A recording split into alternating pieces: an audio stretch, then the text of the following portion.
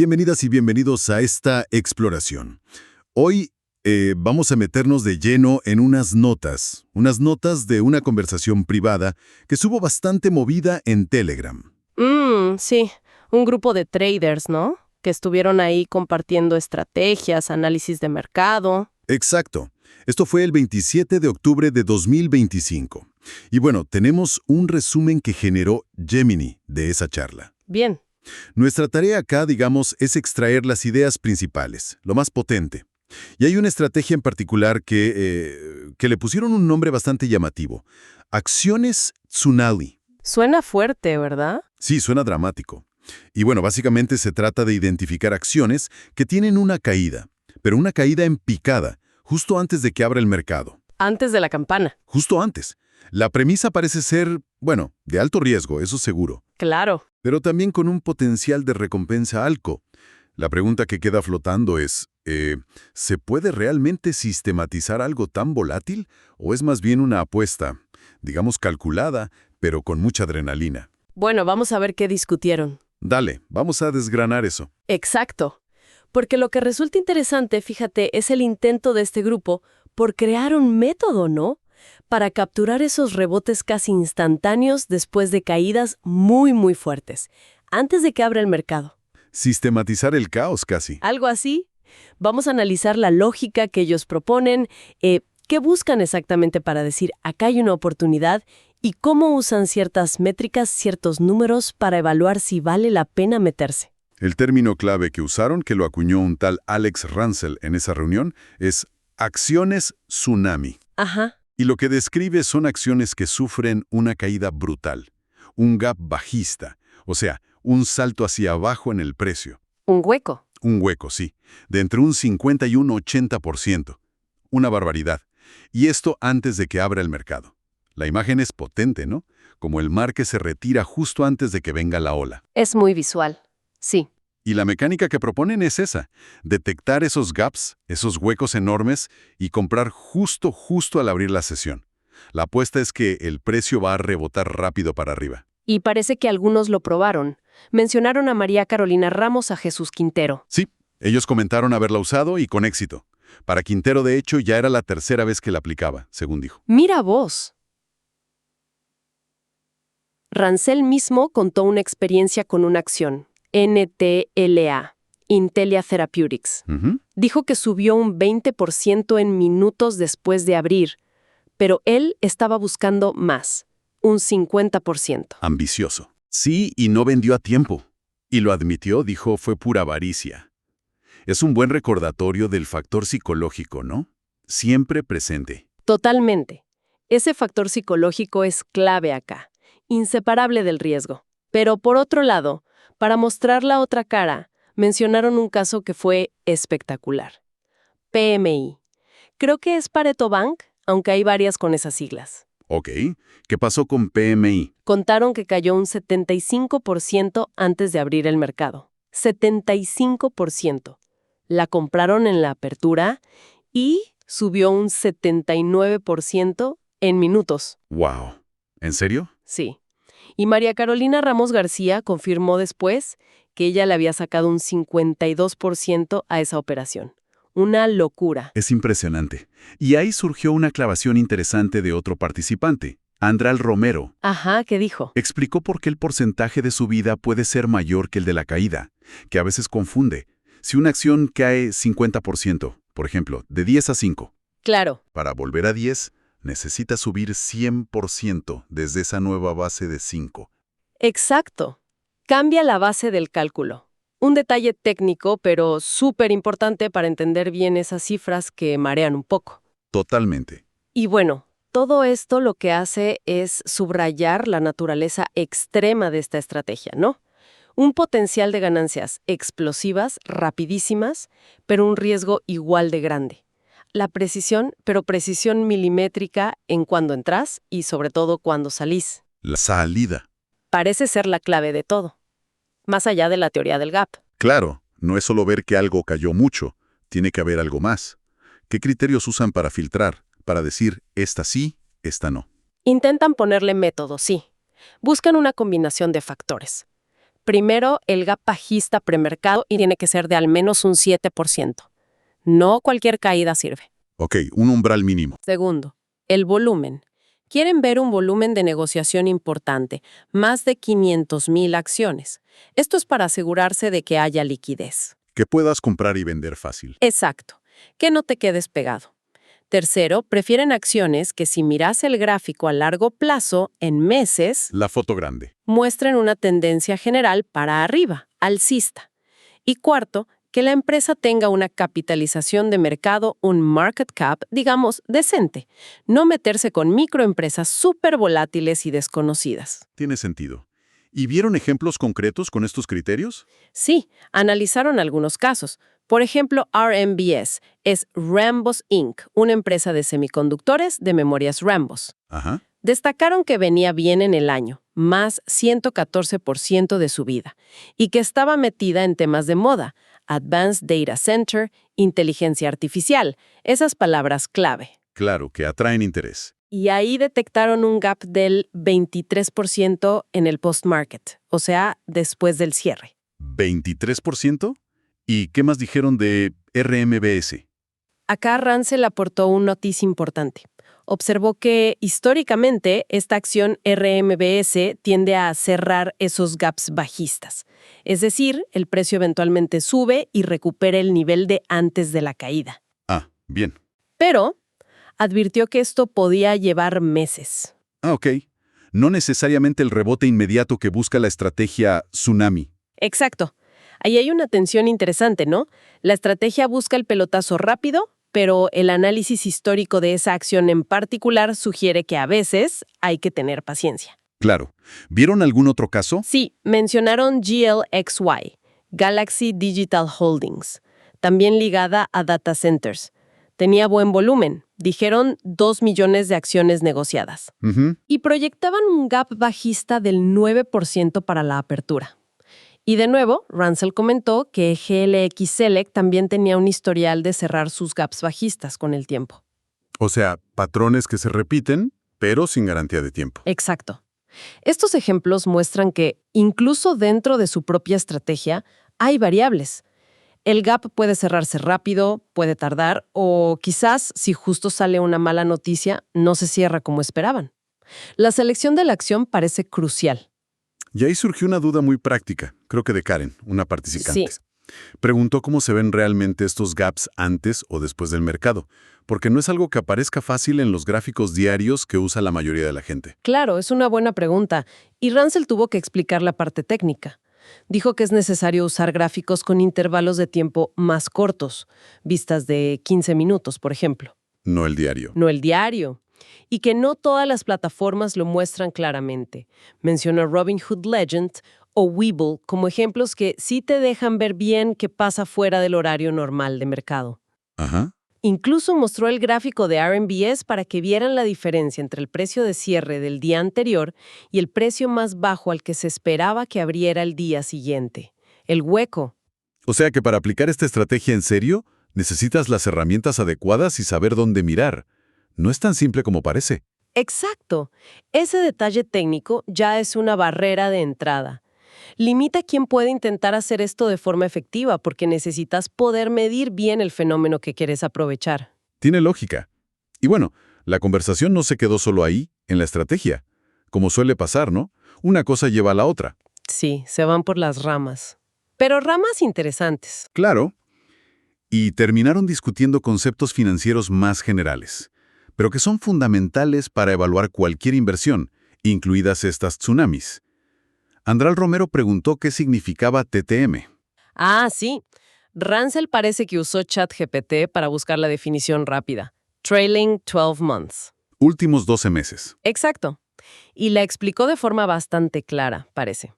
Básicamente, el TTM mide el rendimiento total que generó una inversión en el último año completo. Usó una analogía que parece que funcionó bien, la de una alcancía. Ujú. Dijo, el TTM te dice cuánto rendimiento total te dio la plata que tenías en esa alcancía durante los últimos 12 meses.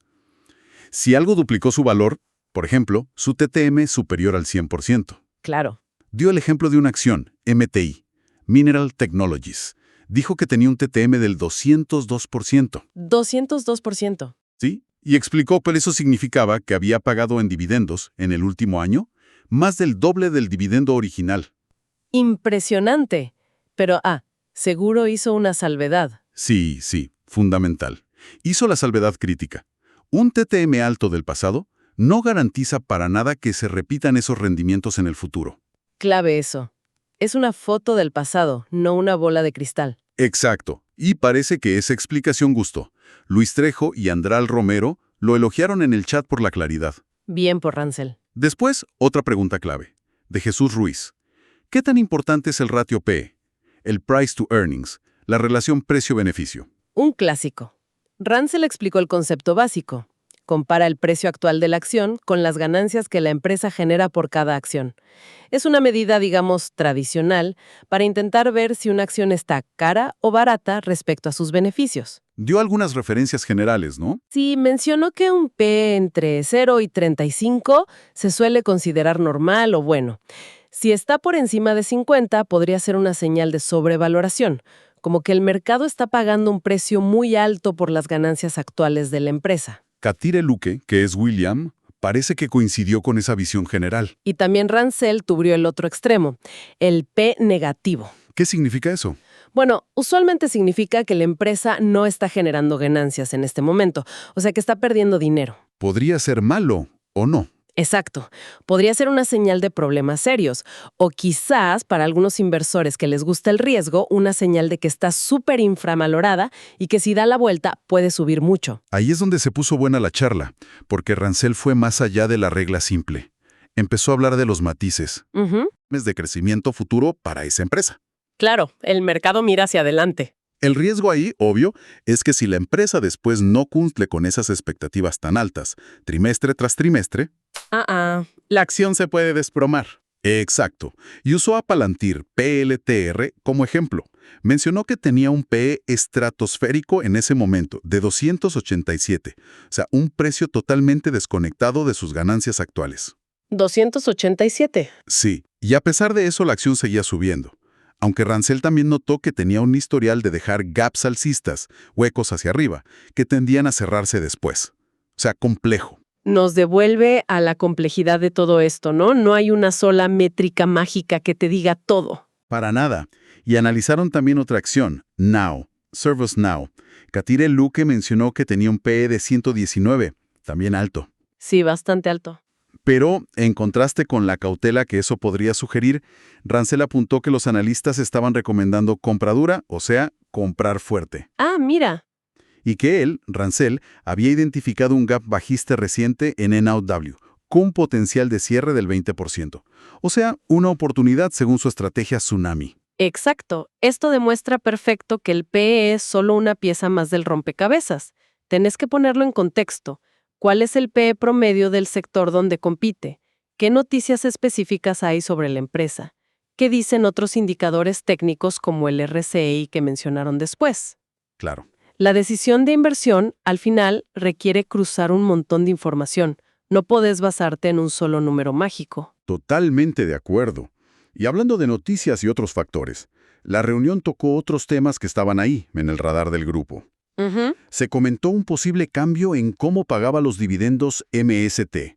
Parece que es un ETF o un fondo de ese estilo. Sí, algo así. Y María Carolina Ramos García intervino para confirmar.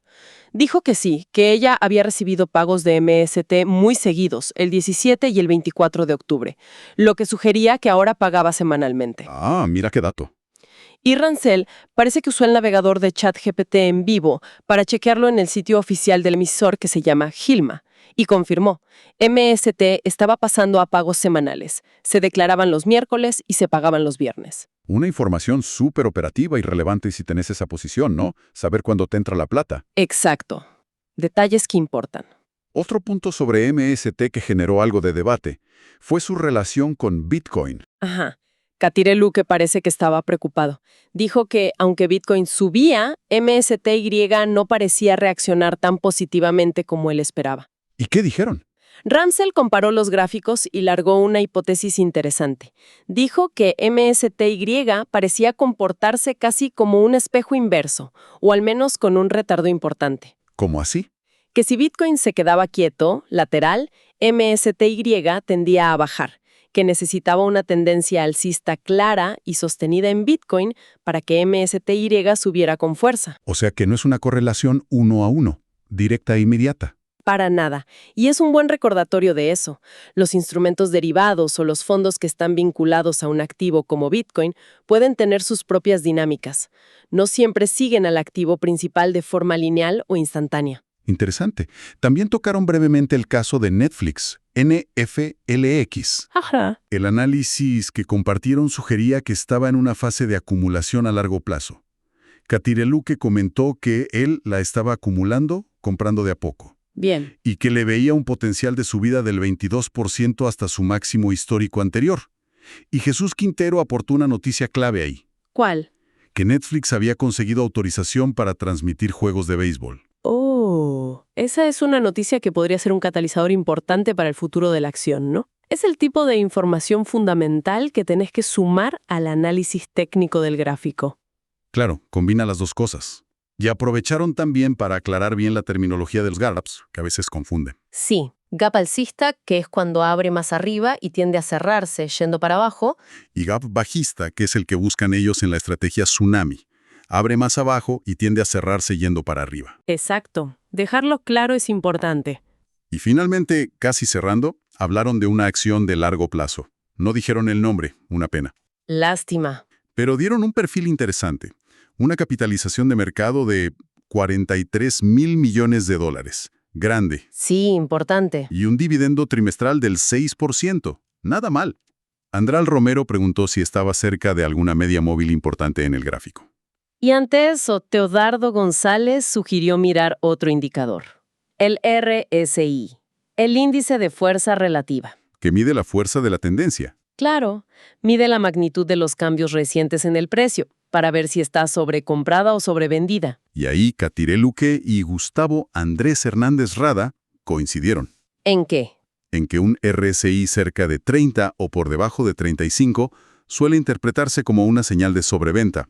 O sea, que podría ser una buena zona para empezar a comprar pensando a largo plazo. Y Rancel le puso contexto histórico a esa acción anónima. Ajá. Pues recordó que en el pasado, después de caídas fuertes, había tenido recuperaciones espectaculares. Mencionó cifras como 423% en unos 4 años y hasta un 1000% en 4 años y medio en otra ocasión. 1000%. Sí, obviamente con la advertencia de siempre. El pasado no predice el futuro. Pero bueno, muestra el potencial que alguna vez tuvo. Claro, te da una idea del calibre de la acción. Y la dinámica de la reunión, por lo que contás, parece que fue bastante activa. Mencionaste 13 asistentes. Sí, y se hizo hincapié en animar a los nuevos a preguntar. Eso está bueno, ¿no? Para construir una comunidad donde se aprenda. Fundamental. Y parece que varios ya estaban probando algunas de estas ideas. Teodardo González y Rosibel Ramírez confirmaron que usaban la estrategia de operar los gaps. Ajá. Y Andral Romero dijo que él se estaba preparando para hacerlo, pero que tenía problemas técnicos, que no podía ver bien la data premercado desde su trabajo, lo que nos recuerda las barreras prácticas que existen. Totalmente. No es solo querer, también es poder. Y la sesión parece que terminó con tareas concretas para Rancel. Sí, se llevó deberes. Dijo que iba a comentar sobre RMBS en la sesión en vivo del día siguiente. ¿Bien? Y clave para los demás. Se comprometió a crear un video tutorial explicando cómo buscar los datos específicos para la estrategia del gap bajista. Confirmó eso de buscar volumen mayor a 500K para asegurar liquidez. Esto era para responder una duda de Jesús Ruiz. Excelente. Eso es compartir conocimiento práctico. Sí, y también hubo un anuncio más logístico, sobre un cambio en el horario de sus sesiones en vivo. Una reunión bastante completa, la verdad. Se ve que sí. Tocaron muchos temas. Entonces, si repasamos lo esencial de esta exploración que hicimos, tenemos esta estrategia central bastante llamativa, las acciones tsunami, que busca capitalizar esas caídas premercado muy fuertes usando criterios como el tamaño del gap, el volumen. Intentando ponerle un filtro. Exacto. Vimos cómo intentan complementar esto evaluando métricas más clásicas como el TTM o el P, pero reconociendo que tienen muchos matices, que no son reglas absolutas. Para nada. y cómo siguen de cerca las noticias que afectan sus posiciones. Lo de los dividendos de MSTY, su relación con Bitcoin, el contexto importa. Lo crucial acá, me parece, es entender la tensión central que hay en todo esto. Es un intento de aplicar un sistema, un método, a un fenómeno del mercado que es inherentemente caótico y de muy alto riesgo. Totalmente. Su enfoque, entonces, combina análisis técnico, gaps, volumen, RSI, con intentos de evaluación fundamental, el P, y el estar constantemente atento a las noticias, al pulso del mercado. Y los casos como RMBS, donde dijeron que el gap podía tardar meses en cerrarse. O Palantir, desafiando ese P altísimo. Realmente subrayan que no hay certezas. El mercado siempre te puede sorprender. Exactamente. La sistematización que buscan es más una forma de gestionar la probabilidad y el riesgo que de eliminarlo. Es imposible eliminarlo. Requiere una disciplina férrea, tener las herramientas adecuadas como vimos y una capacidad de adaptación constante. No es una fórmula mágica para hacer dinero fácil. Clarísimo. Y esto nos deja pensando, ¿no? Si volvemos a la analogía del tsunami, ese retroceso abrupto del mercado antes de una posible ola de recuperación. Ajá. ¿Qué factores, más allá de los gráficos de los indicadores técnicos que usan siempre, podrían ser esas señales sutiles que te avisan que la marea esta vez no va a volver con la fuerza esperada? Buena pregunta. ¿Qué se te ocurre? Pienso en cosas externas al gráfico, un cambio regulatorio repentino que afecta justo ese sector, una noticia macroeconómica totalmente inesperada, ¿viste? Un dato de inflación o de empleo que sacude todo, o incluso eventos geopolíticos que siempre están ahí. Los famosos cisnes negros. Esos mismos. Esos factores externos podrían ser los que determinen si un gap bajista profundo se cierra rápido como esperan, o lento, o si directamente deja a los traders esperando una ola que nunca llega, con la misma intensidad. Es un gran punto. Un recordatorio de que el trading, por más técnico que intente ser, siempre opera dentro de un contexto mucho más amplio y a veces impredecible.